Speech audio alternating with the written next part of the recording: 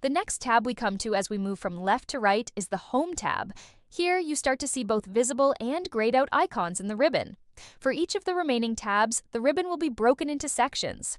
The Home tab has 5 sections: Clipboard, Scenes, AI Assistant, Slide, and Publish. The clipboard acts just like the clipboard you are used to.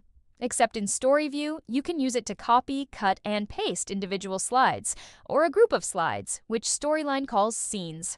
If you do not have anything selected for copying, the paste option will be grayed out and unavailable. The Scenes section controls each of the scenes you have created.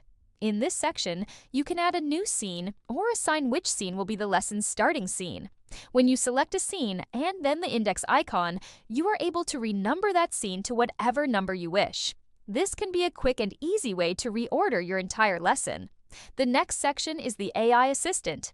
Here you can use generative AI to create a whole quiz, individual questions, or a summary or review slide based on the content you've created. The fourth section is the Slide section. Here you will be able to add a new slide to a scene, change the layout to multiple slides across multiple scenes, reset the look and layout of a slide or slides, and duplicate a slide. Also within this section, you can create a screen capture video using the record screen icon. Finally, we have the Publish section. You can change settings to the player, which is the learner's user interface with the lesson. You can preview a slide, whole scenes, or the entire lesson.